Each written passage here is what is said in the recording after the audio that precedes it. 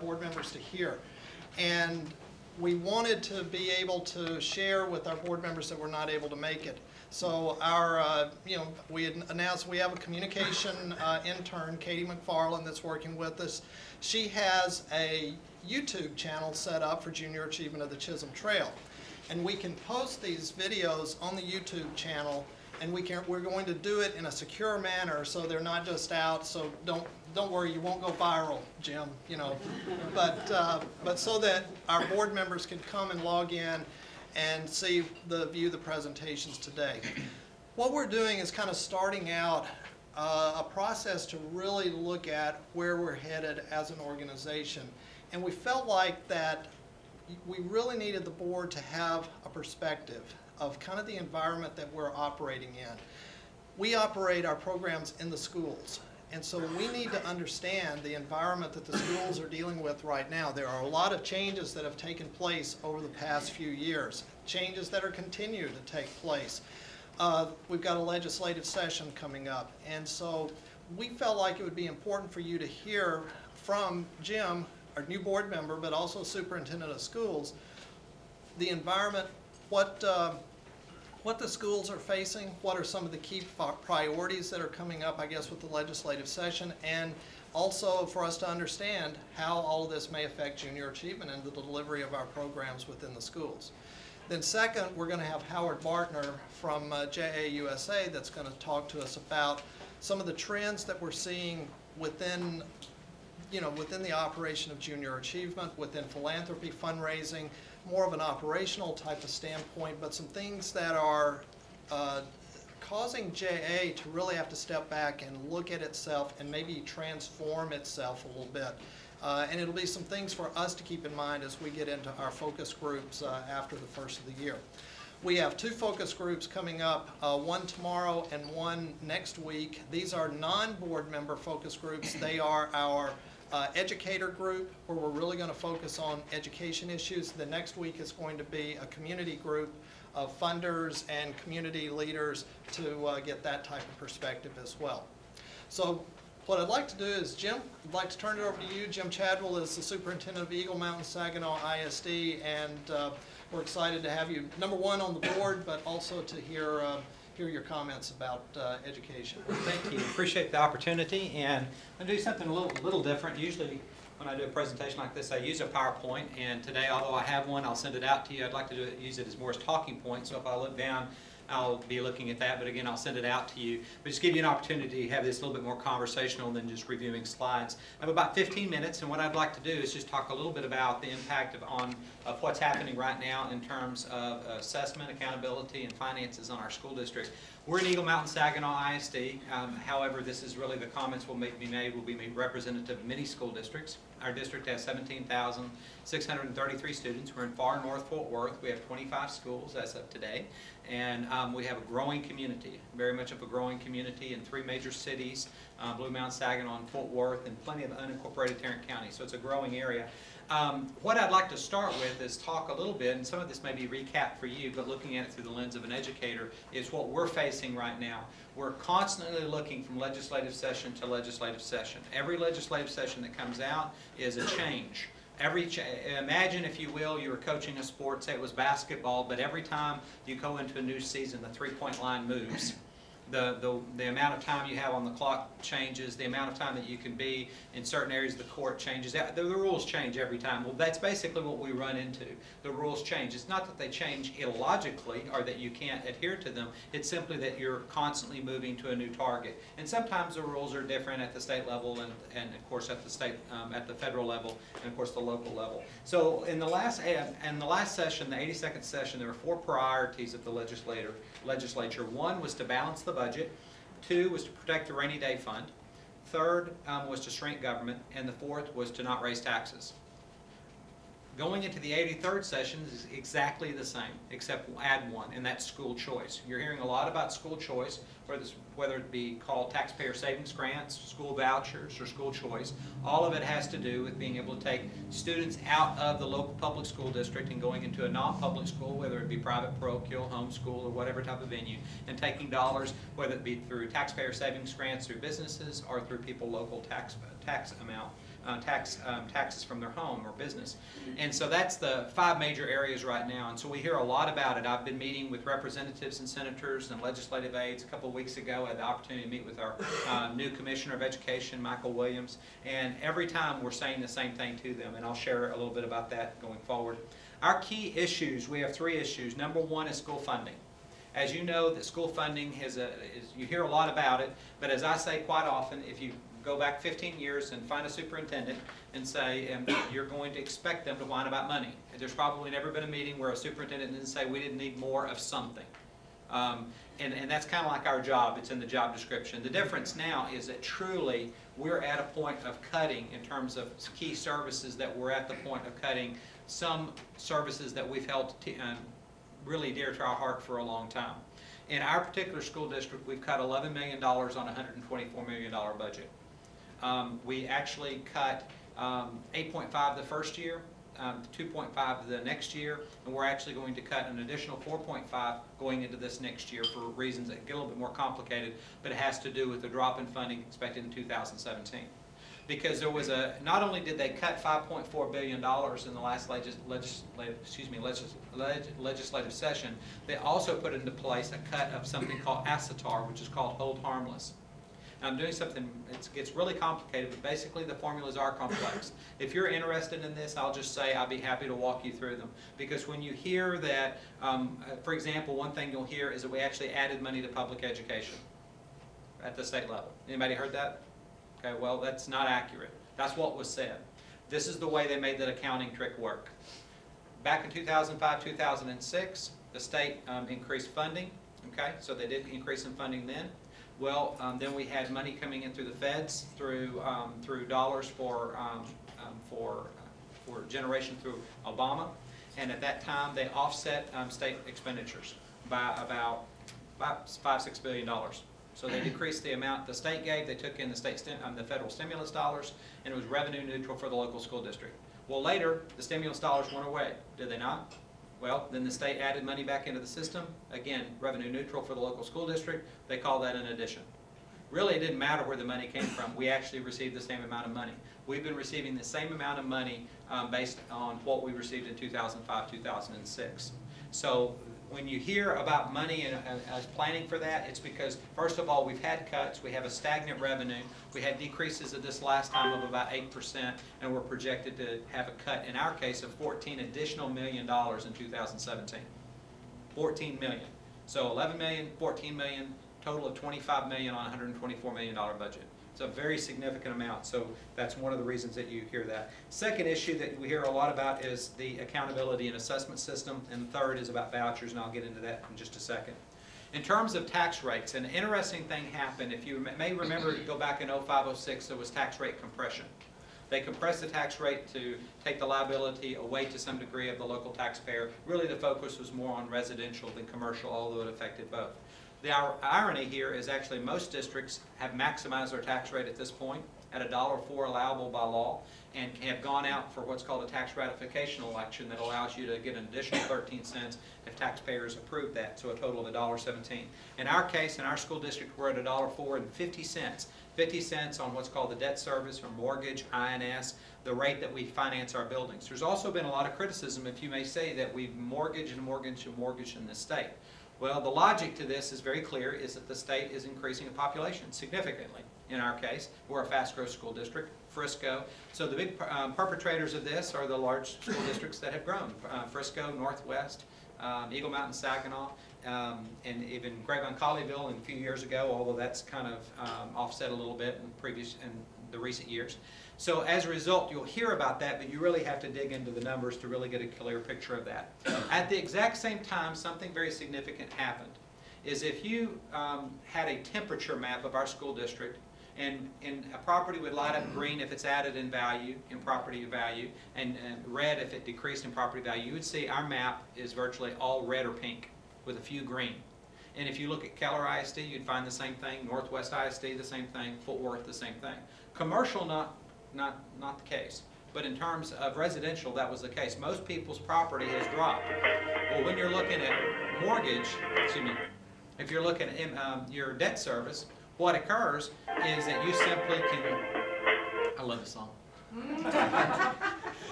So what happens is that if you bring in less money or less revenue, what do local school districts do? They simply raise your tax rate to make up the difference.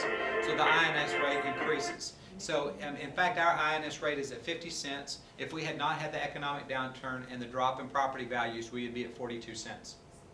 So you hear people, we've raised in tax, people feel like the taxes have raised. Actually, in most cases, they're paying less. In our school district, they're paying significantly less than they did in 2005, dollar for dollar.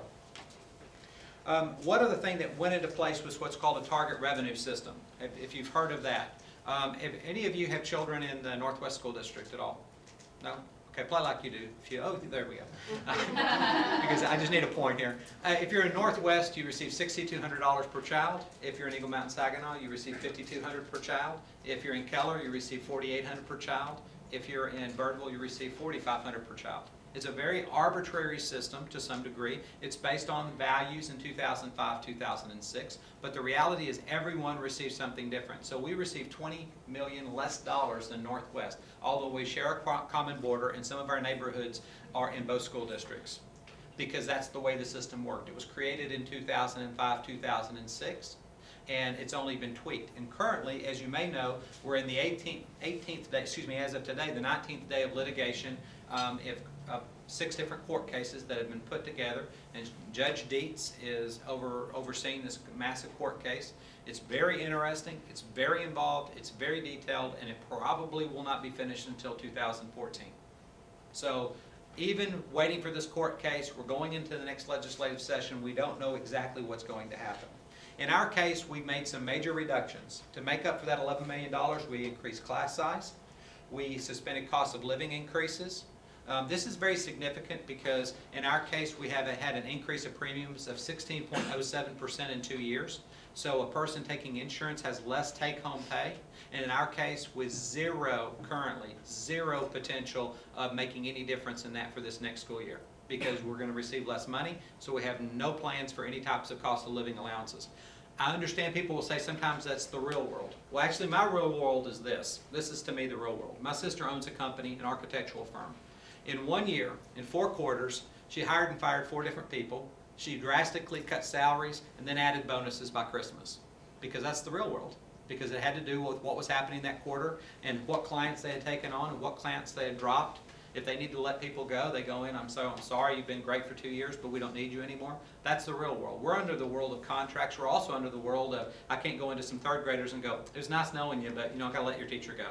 We're going to move you into some other class. It just doesn't happen.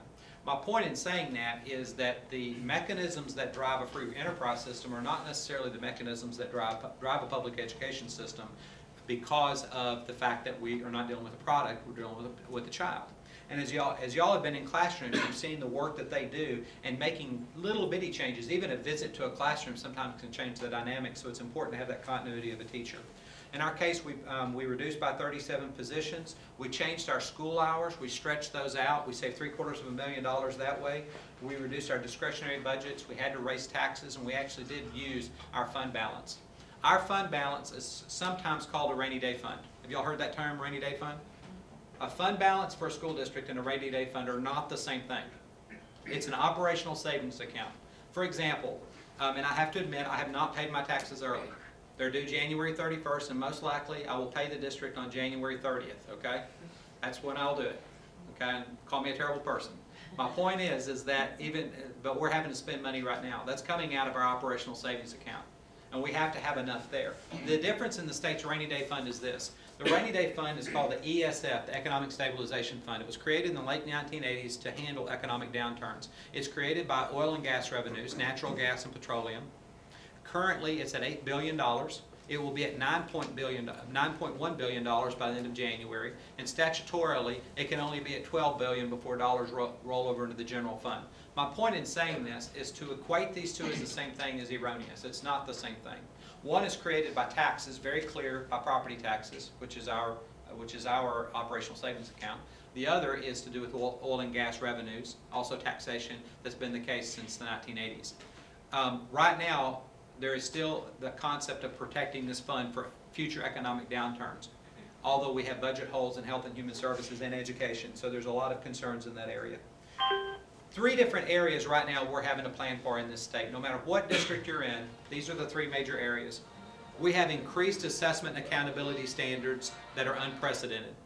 If you've heard of the STAR exam is the most difficult, challenging exam ever created for children, ever. My child took it, my son took it last year, and I guess he did fine because we won't find out the results till this January. Yes, that's true. 10 months later we'll find out what the results are, because that's the way state exams come into place once they're created. We also don't know what our accountability system is. And so all those students took exams about 10 months ago. We will not have any idea what the accountability for those exams are up until 4 months from now. And so that's something we have to plan for. Second is that we also have changing demographics in our state. That's an obvious. Third is we also have continued growth in our community, fast growth communities that are dealing with changes. So we're doing a lot of changes in our district. First of all, we're creating legislative initiatives I'll talk to you about in just a second. We've also done budget reduction, budget enhancements. We're looking also, again, a $4.5 million cut this year. We've declared financial exigency, which basically means that we go out and we are able to do a reduction in force and terminate contracts in mid-contract. And again, unlike a person in a private industry, there's not necessarily a lot of teaching positions open in the middle of the school year. So it's very detrimental to people to let them go in the middle of the year. We have no immediate plan to do that, although for fall 2013, most likely we'll enact a RIF.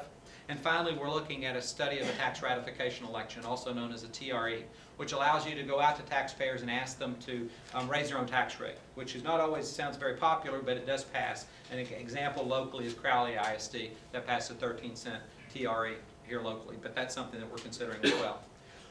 When I talk to senators and representatives and our commissioner, I talk about 5 things. And this is what I'm going to end with. Number 1 is to support legislation that properly funds schools. Properly fund schools. I happen to be a proponent of school choice.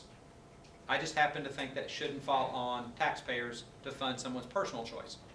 I feel like that's a choice that families make every time they move and every time they make a choice of what's best for their child. I have friends that choose every form and manner of education, from public to private to parochial to homeschool to hybrid versions. And I think that's great for their families.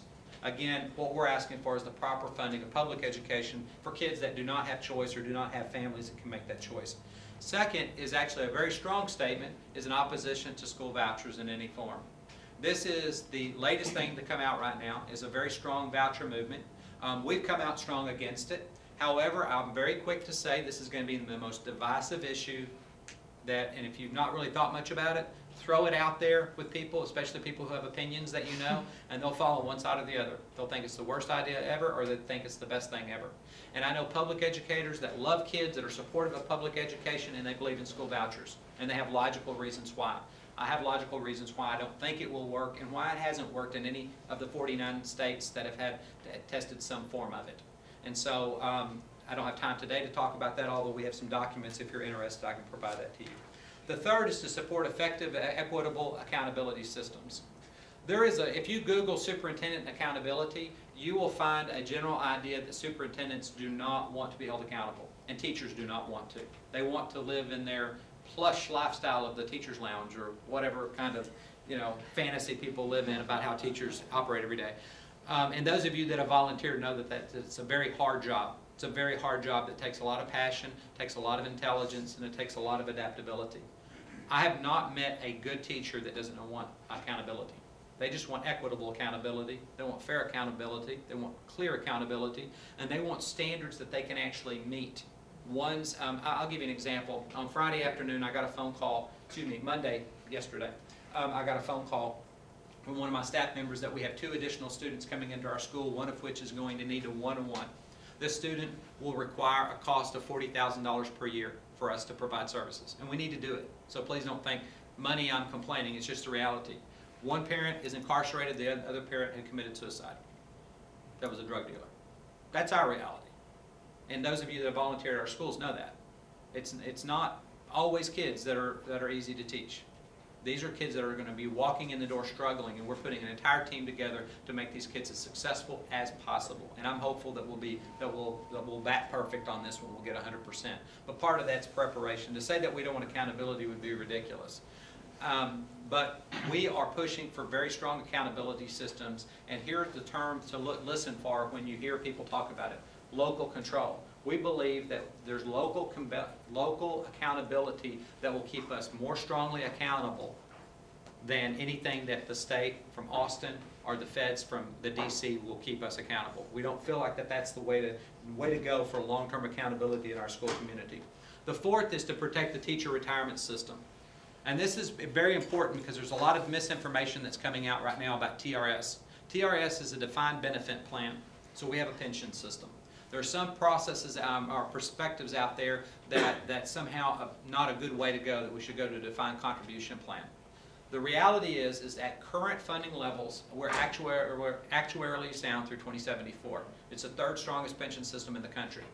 There are pension systems that are not functioning, no doubt about it. You know, we know that. All over the country, including in our own state, including in the city that we're in currently. And I realize that. But TRS is not one of them.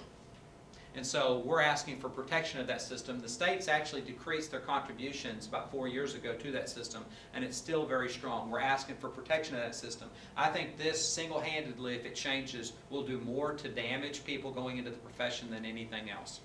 Because there is some strength in knowing what your pension is, and a lot of fear of not having any surety 30 years down the road.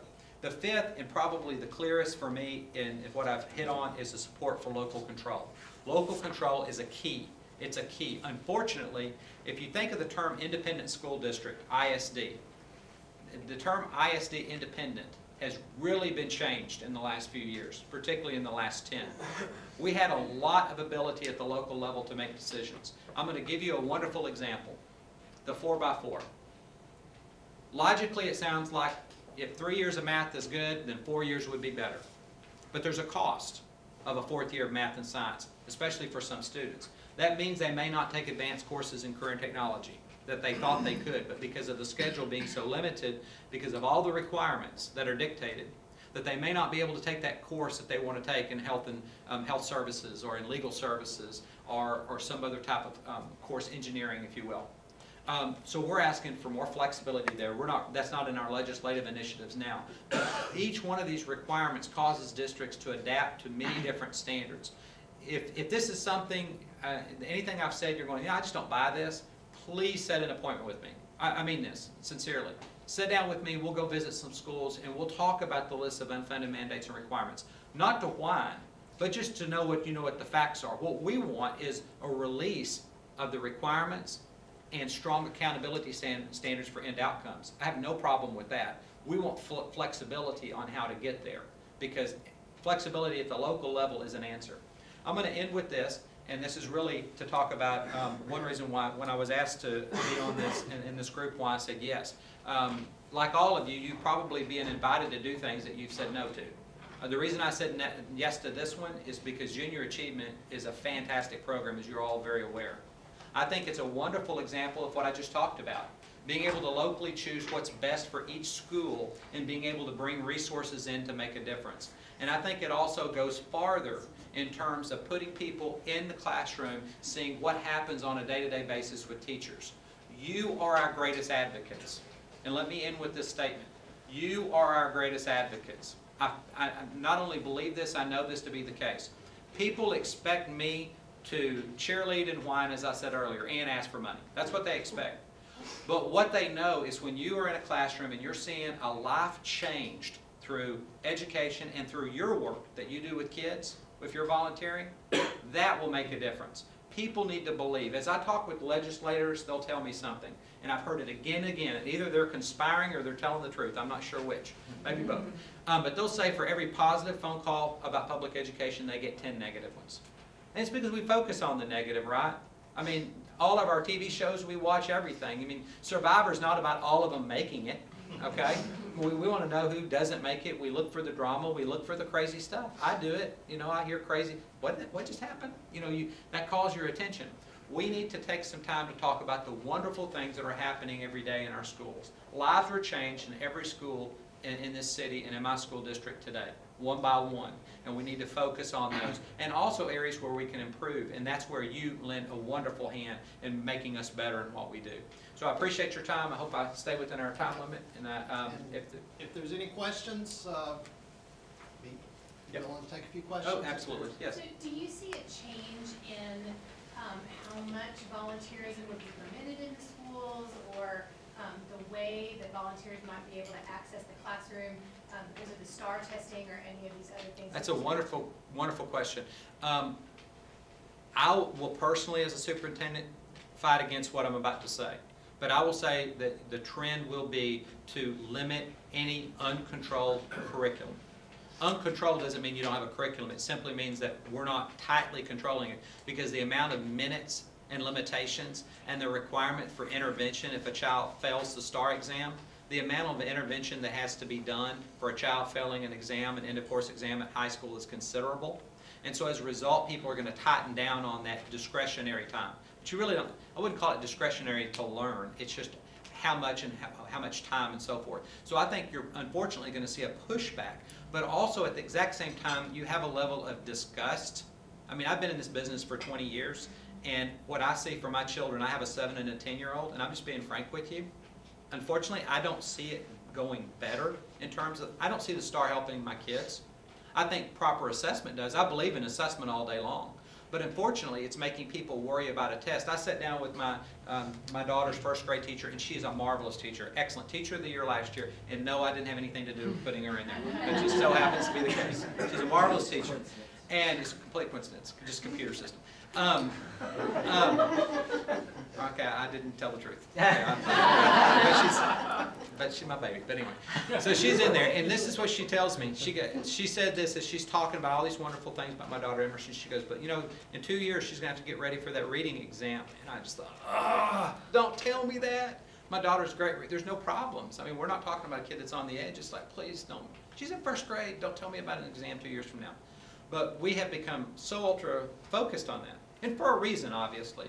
I would say the reason I am against it, because I know that the work JA does will make more of an impact than us doing the same type of curriculum in the same way we've done it.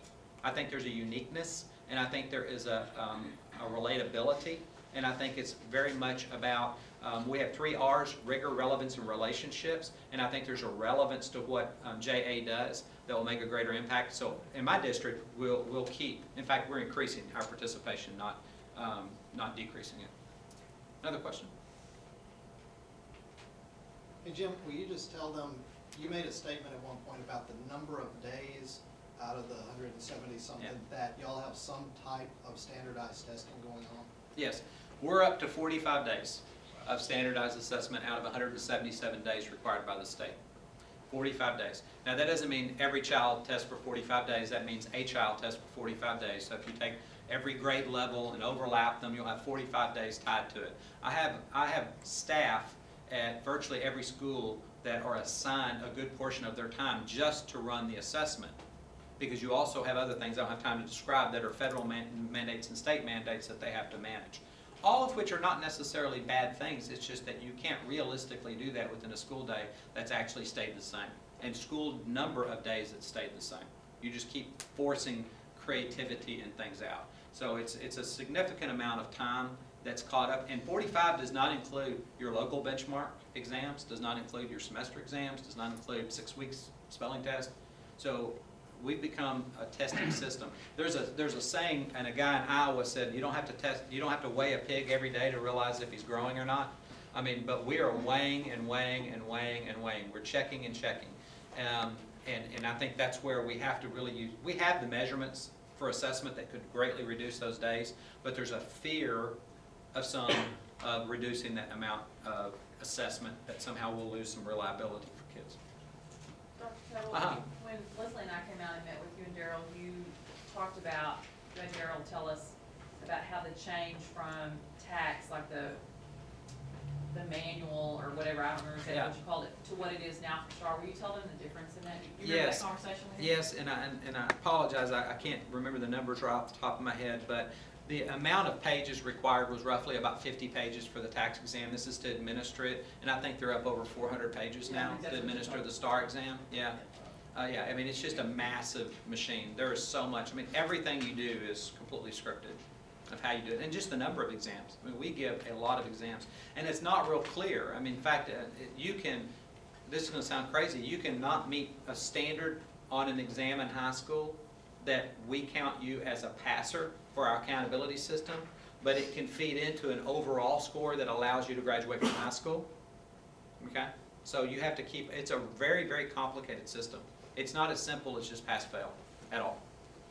Yes? How much money is displaced when you have to make the switch from like tax to STAR? How much money does that take that could be used to, for true education? In our case, we've estimated about the impact of STAR so far has been about $600,000 a year on our budget, including all the different requirements and intervention. About $600,000 a year. One thing to take note of is the testing system at the state level, and I can't have a meeting without saying this, the stat, but we spend $100 million a year on testing in the state of Texas. Pearson has a contract for $500 million for 5 years. It's a significant amount of money. If you just do some work on the amount of money that's spent with Pearson, Pearson's a UK company, they're not an American company, and they can create tests. They've also have some subsidiary companies they've now purchased, such as Connections Learning, which is an online system, and it's actually, I've heard, very, very good. But it's very interesting because they've actually bought up several other companies, and so when you test them, now they don't do very well on the test. Now they have a system over here to then help you.